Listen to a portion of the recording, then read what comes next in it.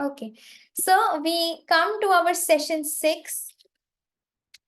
So this is, today we are discovering what is real eternal love. Okay.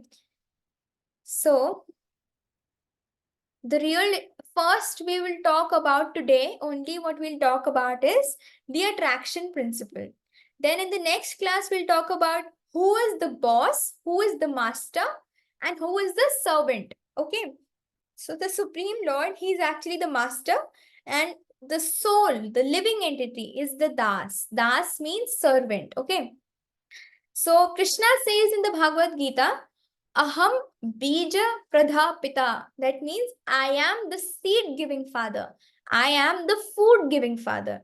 So he is the seed giving father, he is the food giving father, he is the boss, he is the master. So we'll understand this in the next class. Then we'll understand, okay, if he is the boss, I am the servant, then what is my duty as a soul? My duty is to serve him, right? Then we'll understand that we are not God, but we belong to God. We are not gods without an apostrophe, but we are gods with an apostrophe. Okay. So first is the attraction principle. So we can easily observe this attraction principle in the whole universe, in the world. We can observe this. See, when one has a very loving mother, the children are attracted towards the mother. When one has loving grandparents, then see Mahir being attracted to the grandparents is traveling from India to US to meet his grandmother. So when one has loving grandparents, then children or the granddaughters, the grandsons are attracted to them, right? So similarly, the puppy dogs are attracted to the mother dog. The baby fishes are attracted to the mother fishes. And even iron filings are attracted to the magnet. And we've also observed this phenomena that if I keep a sweet on my table for some time, after some time I'll notice that there are many ants which come near the sweet. Why? Because they're attracted towards that sweet. So this attraction principle through iron filings and magnet, through a mother and a daughter, through husband and a wife, through sugar particles and ants, we can see this attraction principle all over the world. But not only attraction principle exists in human kingdom or in aquatic kingdom or in animal kingdom, but actually this attraction principle exists even with our five senses. See, a person likes to see beautiful forms. Therefore, he is attracted to the cinema actresses, through the actors. He wants to see good forms, movies, right? So, our eyes are attracted to seeing movies. Our eyes are attracted to beautiful forms. So, this is how the eyes, this first sense, eye, is attracted to some sense object. So, the first sense is eyes. And the eyes are attracted to the sense object like movies or the beautiful forms, etc. So once I finish explaining all the five senses and how they're attracted to the five sense objects, I want each of you to tell me wherein your five senses are attracted. What is that one thing that your eyes are most attracted to? What is that one thing that your ears are most attracted to? So while I'm explaining these five sense objects and how they are attracted to their five sense objects, these five senses, you also have to tell me how your five senses are attracted to which all five sense objects. Okay. Now, second, we come that when people like to hear melodious songs, tunes, some beats, so they hum it over and over again the whole day because they're attracted to hearing some good song, right? If there is something very delicious to eat, someone may like spicy food, sweet food, bitter food, right? So if there is something delicious to eat, that is the attraction of our tongue towards that food stuff, right?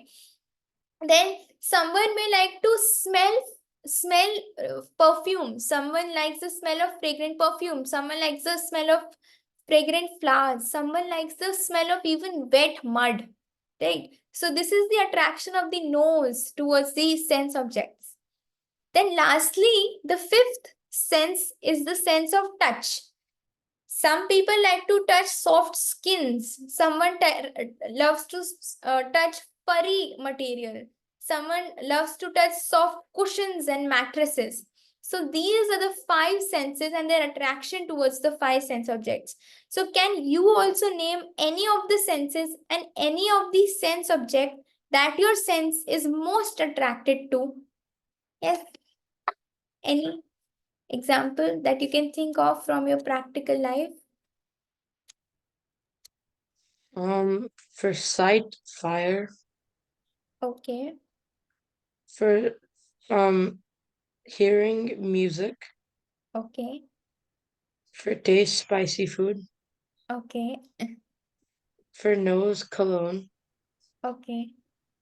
And then for touch, like smooth stuff.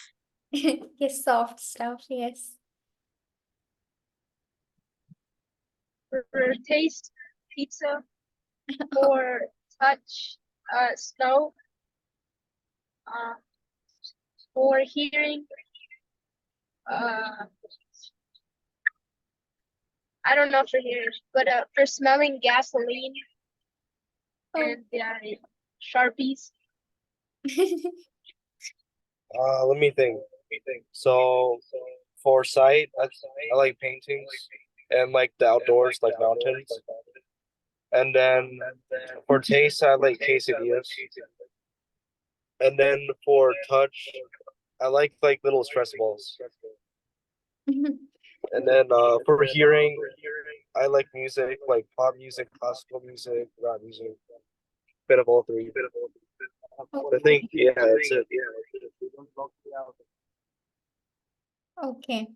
So we can see that this attraction principle is not imaginary. We can actually locate it in our personal practical life and we can experience it around us, right? So attraction principle, as I said, is not only amongst people, not only in animal kingdom, aquatic kingdom, but it is also the five senses, how they're attracted to the five sense objects, okay? So the five senses are attracted to the five sense objects. So now we have to spiritualize our five senses. Okay, whatever experiences that we have in the material world is through our five senses. And if now we have to have the experiences in the spiritual world, if we have to embark on our spiritual journeys, then we have to spiritualize our senses. Okay, even before you are taking this knowledge of Bhagavad Gita, even before your mind is fixed in the chanting of the holy names, even before you are using your intelligence to understand this manual and the secrets of life, the manual of life, which is Bhagavad Gita, even before that, you have to spiritualize your senses. So, see, for example, the intelligence is the grandparents, okay, and the mind is your parent, and the children are the senses. So first you have to tame the children, then the parent, then the grandparent. So therefore, I'm telling you that you are taking this knowledge of Bhagavad Gita through your intelligence. But you also should and try to spiritualize your senses. That means taming the children.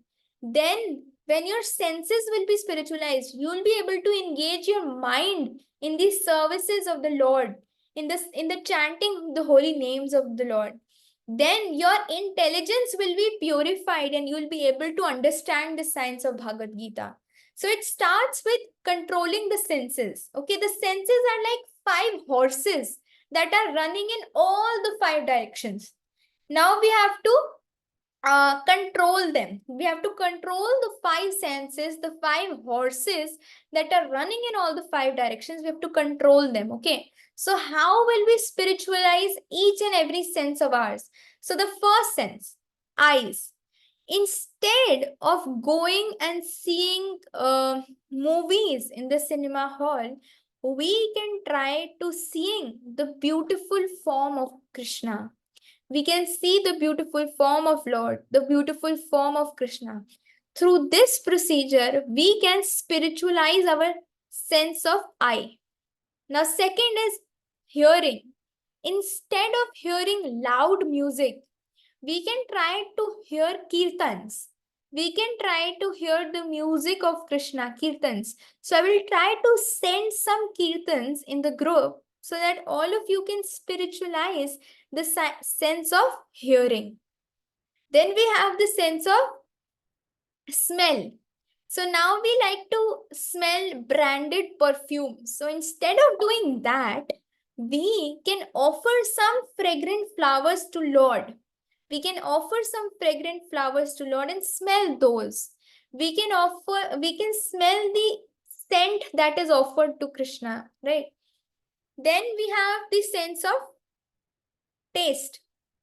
We can honor anything, but we just have to try to offer it to Krishna. We can, before having whatever we have, we can join our hands and at least we can say by joining our hands, my Lord, before I'm accepting whatever I'm eating, I want to offer it to you. Please accept it. Thank you. There are many people who don't get the food, but at least you've given me. So you should express your gratitude and offer it to Lord before you eat it. So this way you can spiritualize your sense of tongue. Now what is left? We've covered everything. Touch, right? Touch. So you can engage your sense of touch in, see, someone likes to touch beautiful skin. So instead of indulging in illicit sex through touch, by touching beautiful things, we can engage our sense of touch in dancing with devotees. We can engage our sense of touch in doing the practical services of the Lord. Like if we like to touch something soft, we can engage that in Lord's service also. And then we can purify our sense of touch also. So this way, all our five senses, we can spiritualize them.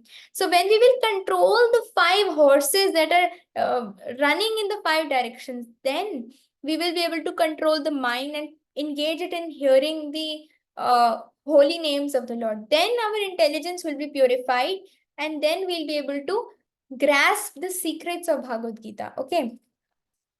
So now we were talking about the attraction principle. So now, see, if a daughter or a son is attracted to the parent, so he says, I love my mother, I love my father, I love my grandparents, I love to hear this music, I love to eat gulab jamun. So he uses the word love. Why? Because he's fascinated towards it. He is attracted by it. He is mad after it. He wants to possess it, right? So he wants to possess it and he does not want to leave it. Therefore, he uses the word love, because attraction leads to love. Okay. So you have to remember this, that if I'm attracted to someone, if I'm attracted to something, I'll start loving it. So attraction will lead to love. And what will love lead to? Love will lead to happiness. If I get to spend time with my mother, if I get to spend time with my grandmother, I love it. If I love a music and if I get to hear it, then that will give me happiness. If I love watching cinema and if I get to watch it, then it will give me happiness. So attraction leads to love. And if I love something and if I get it, then it will lead to happiness. Okay. So who attracts us in this world? Everyone is attracted to someone beautiful, strong, or wealthy. Okay. So I will explain what attracts us in this world. And if you have to remember it, and I will ask you. So there are 6 opulences that one is attracted to. Okay. We note it down also. There are 6 opulences that one is attracted to. The first is beauty. If someone is very beautiful, if someone is Miss Universe, Miss World, then he or she will have millions of fans to watch their movie. Yes, he or she will have so many followers. People will admire her, praise her for her beauty. So first opulence is beauty. Remember this. First opulence is beauty. The second opulence that one may have is strength. A person may be very strong, may have biceps, triceps, this, that. So a person may be very strong, and because of his strength, people may admire him. People may salute him. People may look after him. Okay. And the third opulence that a person may have is wealth.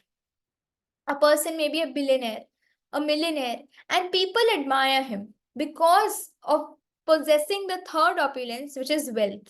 Okay. The fourth opulence. Okay, so let's revise these three opulences first. First was beauty. Second was strength. Third was wealth. Now, the fourth opulence is renunciation.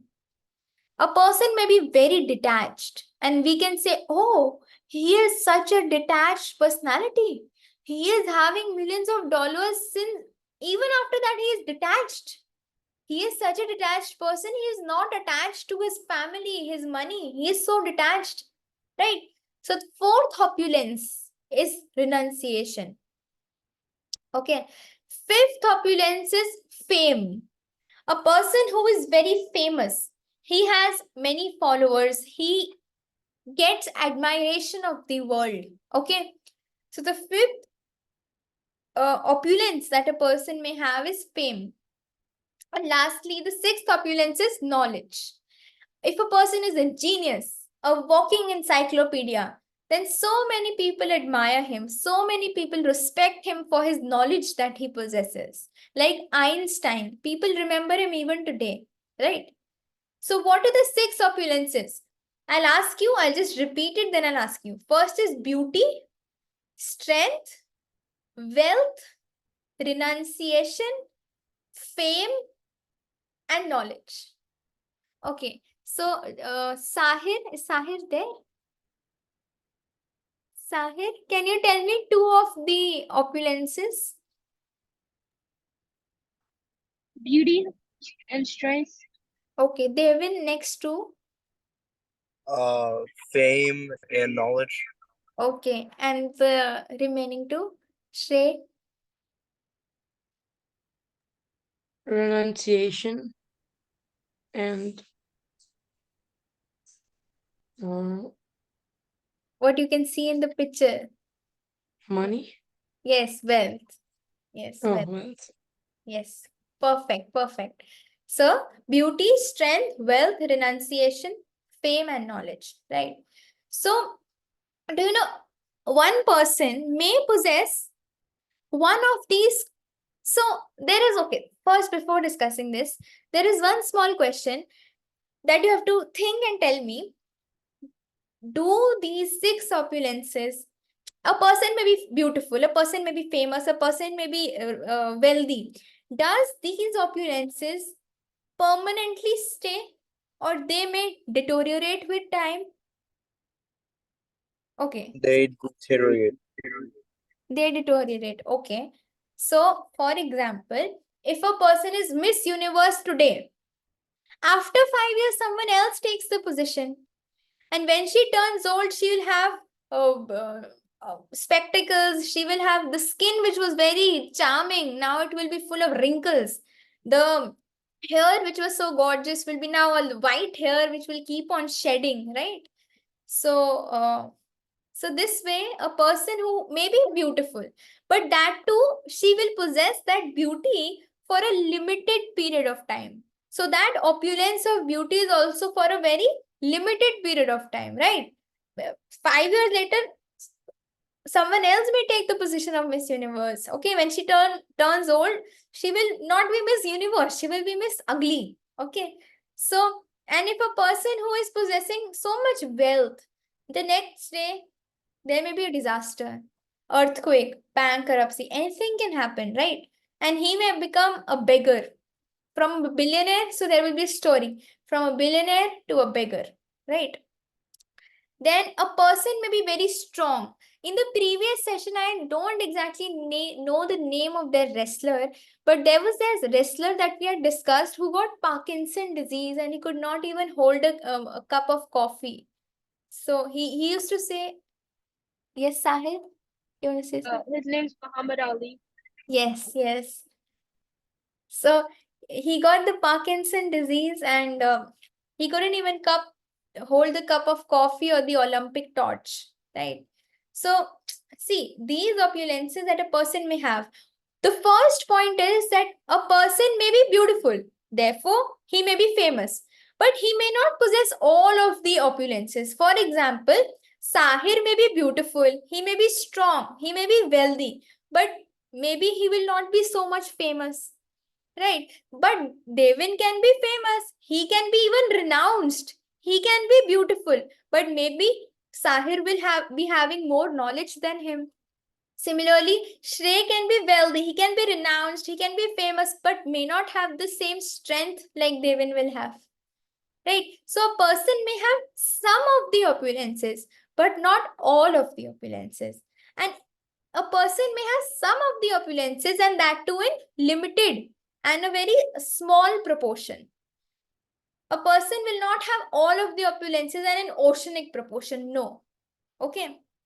So these are the 6 opulences, and a person is attracted towards other people possessing these 6 opulences. Do you know why? For example, I will admire a beautiful person, a strong person, a wealthy person, a renounced person, famous person, knowledgeable person. Why? Why am I attracted to Is these? it because like you try to be like them and learn from them? Yes, we want to be like them. We try to be like them. Yes. And we're attracted to them because the source of these 6 opulences is actually there in the Lord. See, why?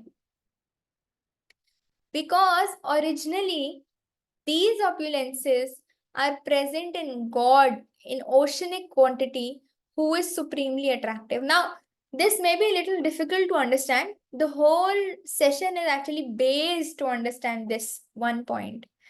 I will tell numerous examples, numerous slides just to explain this one point. So let us go ahead. So Devin usually uses the term Bhagavan. I have heard a lot from him, Bhagavan. Do you know what is the meaning of Bhagavan?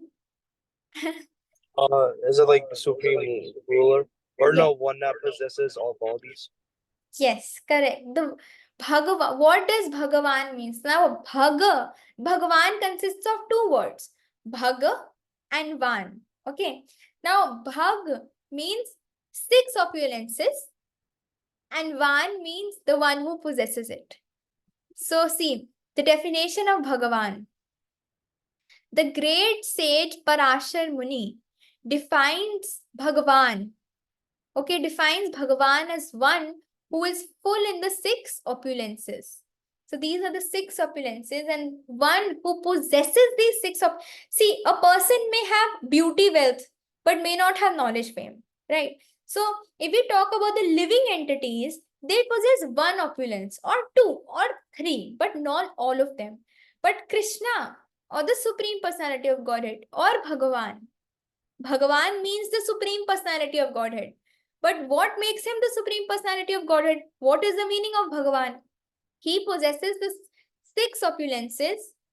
Okay, all of the 6 opulences in unlimited degree, eternally, permanently, in oceanic quantity. Okay. For example, even if I have beauty, I will die and it will end. I have a life. For example, if someone lives for 70 years, for 70 years he may have beauty. Then what after that? Gone. But Krishna, the Supreme Personality of Godhead, Bhagavan, is eternal. Okay. So he possesses these 6 opulences eternally, permanently, in oceanic quantity. We possess it limitedly. But Lord, God, Bhagavan possesses it in oceanic quantities. Okay. So next slide. Okay, so this makes God all attractive to everyone. And this is the meaning of the name Krishna. What does Krishna mean? Krishna means one who is all attractive. Okay, this is the reason why Bhagavan, Supreme Personality of Godhead, and Krishna is all attractive. So imagine, we are so much attracted to a person who has one opulence in minute degree. What will be our real attraction? Right now, we are in the impure state in this material world. right? But if we will spiritualize ourselves, we will come in the pure state, then we will discover we are actually having so much attraction for Krishna. We actually, an attraction leads to, what does attraction leads to, Shrey? If you're attracted to your mother, you will say, I dash my mother. Like want. Yes, you will want your mother. You will love. You will love your mother. So attraction will lead to love. So we will discover how Krishna is all attractive. See, we are attracted to a person having one of these opulences. Krishna is having all of them in unlimited degree. We are actually in our pure states attractive. Krishna is all attractive. We are attracted to the Lord, and therefore I want my mother. I love my mother. Therefore, I want Krishna. I love Bhagavan. I want him. So this is our true position that we'll try to discover in this session. So the soul, being the part and parcel of God, possesses similar characteristics of God, but in minute proportion. So we are a part and parcel of God. For example, there is an ocean, big ocean. We are a drop of that ocean. Bhagavan is like that ocean. We are the drop of that ocean. So in quantity, we are less, but the quality, we are same. Did you understand what I just said? See, Krishna is oceanic. We are limited. He is, the proportion is very much. Krishna is having oceanic proportion. We are having minute proportion. But the ocean is also salty, and the drop from that ocean is also salty. The quality is same. Therefore, we also possess some parts, some bits of these opulences. But the source of these opulences is the Bhagavan. Right? And because we are part of him, we are a drop of that ocean. We possess some of these qualities in minute proportion. Right? But why we possess it and why we are attracted to it? Because the source is Bhagavan.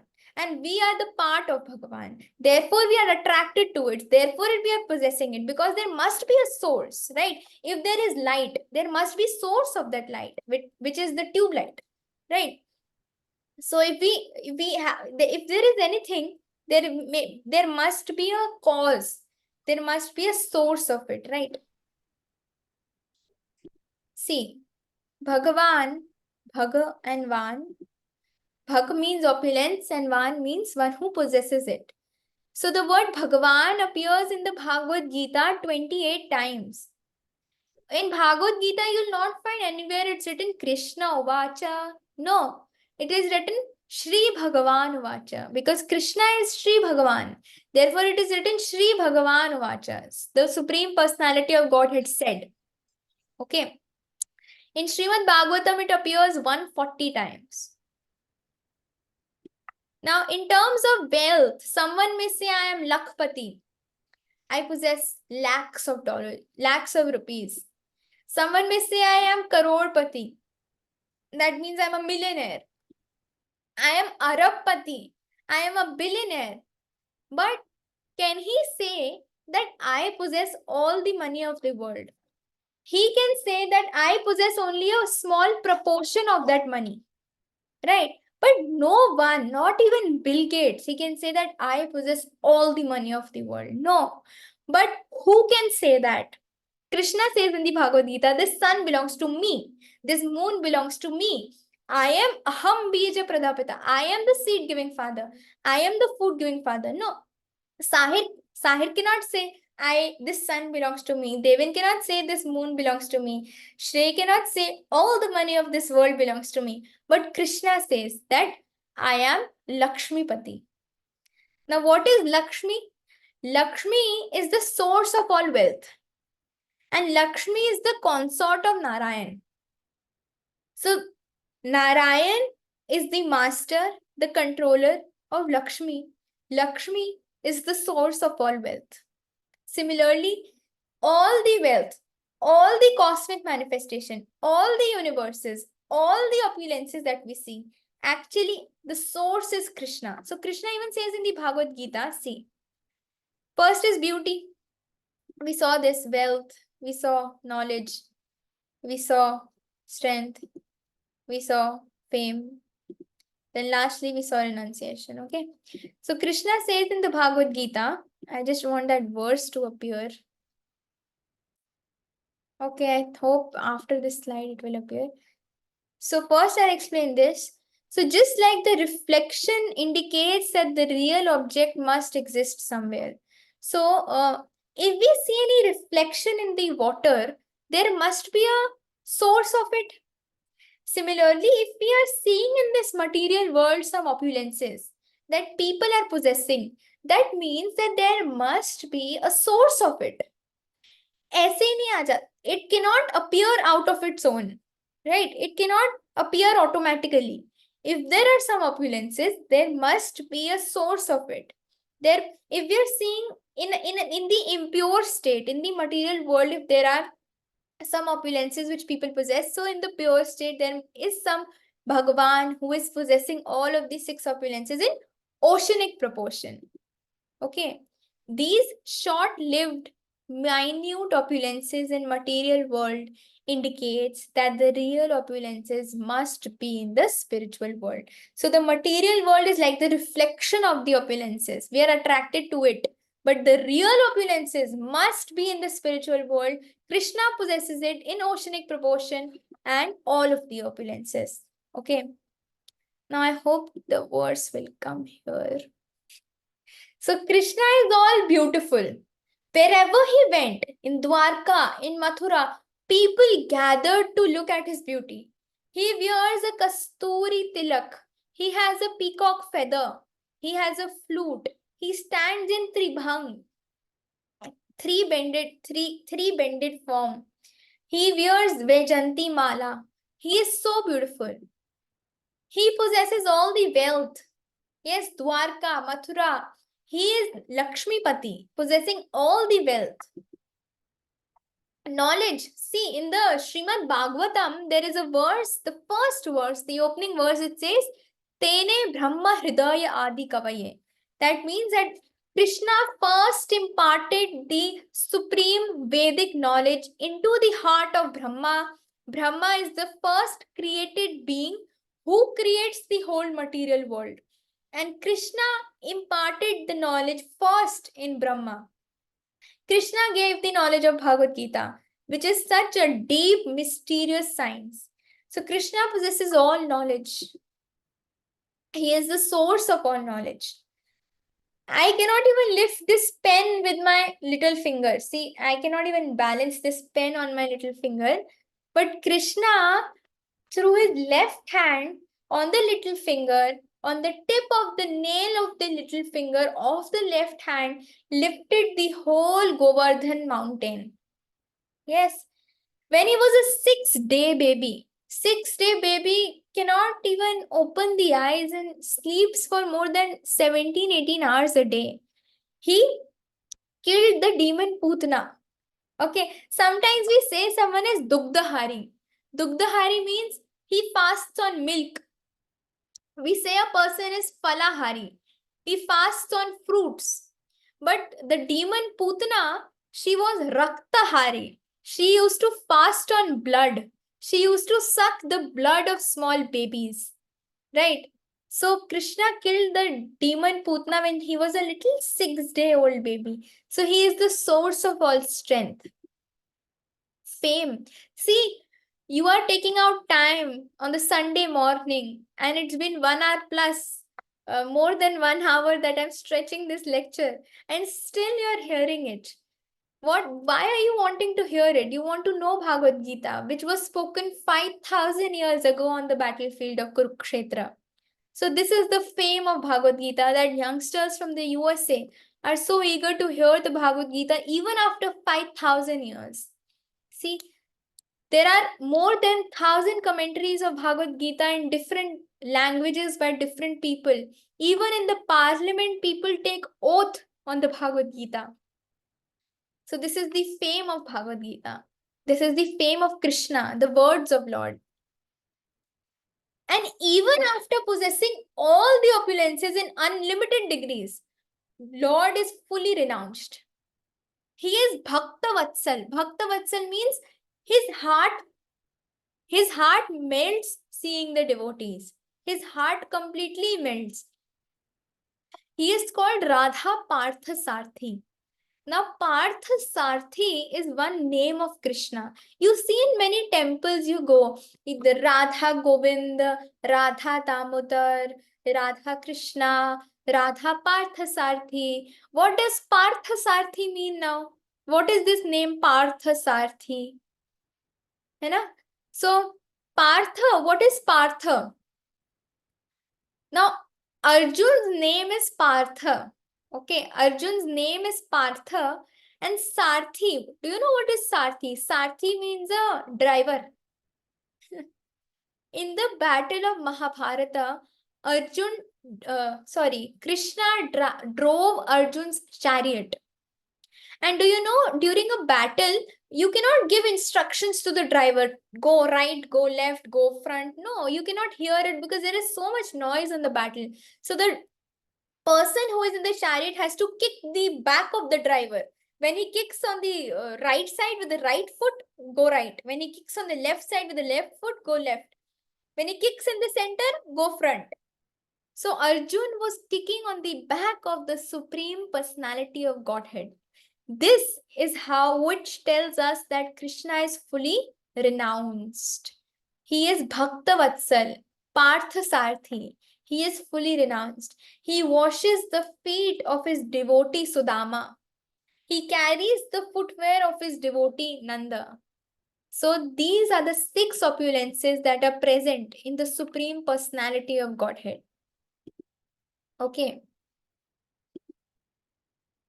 So Bhagavan or God is one who is full in 6 opulences, and these opulences reflect minutely in the material world. We are hankering after these 6 opulences. Why?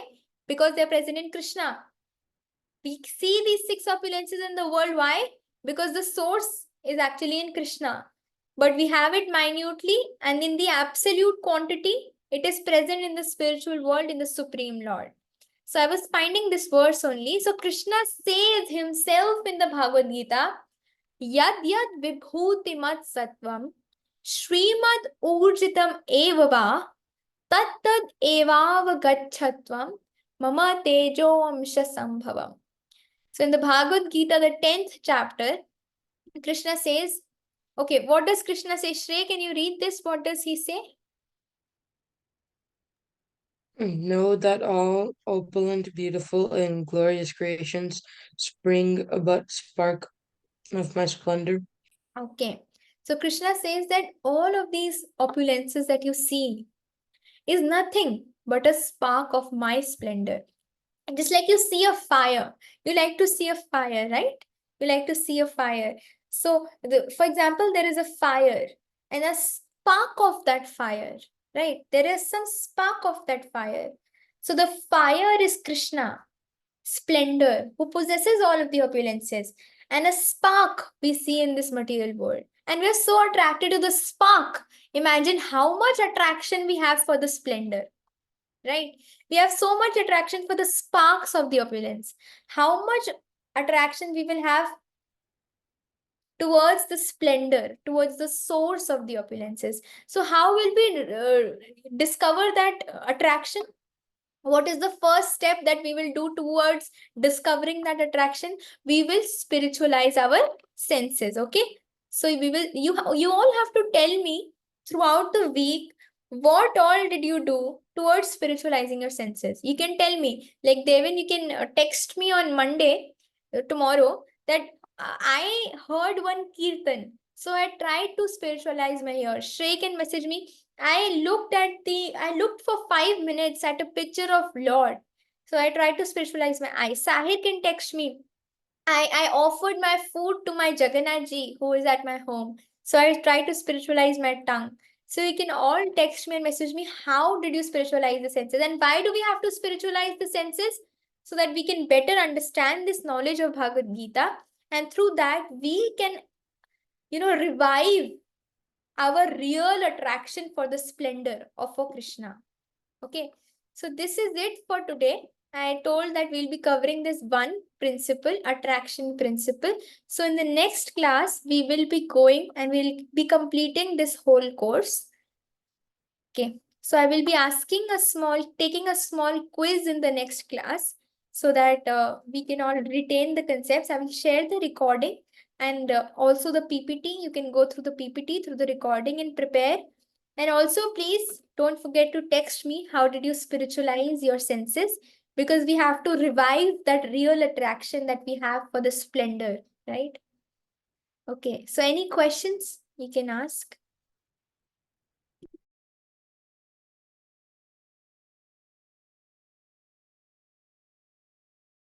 Yes, Prabhuji, you're muted. Yes. Hare Krishna. Yes. No, thank you so much. It was a wonderful class as always. And yeah, so we'll say Hare Krishna Mahamantra quickly and then we'll end. So Hare Krishna, Krishna Krishna, Hare Hare, Hare Ram, Ram Ram, Hare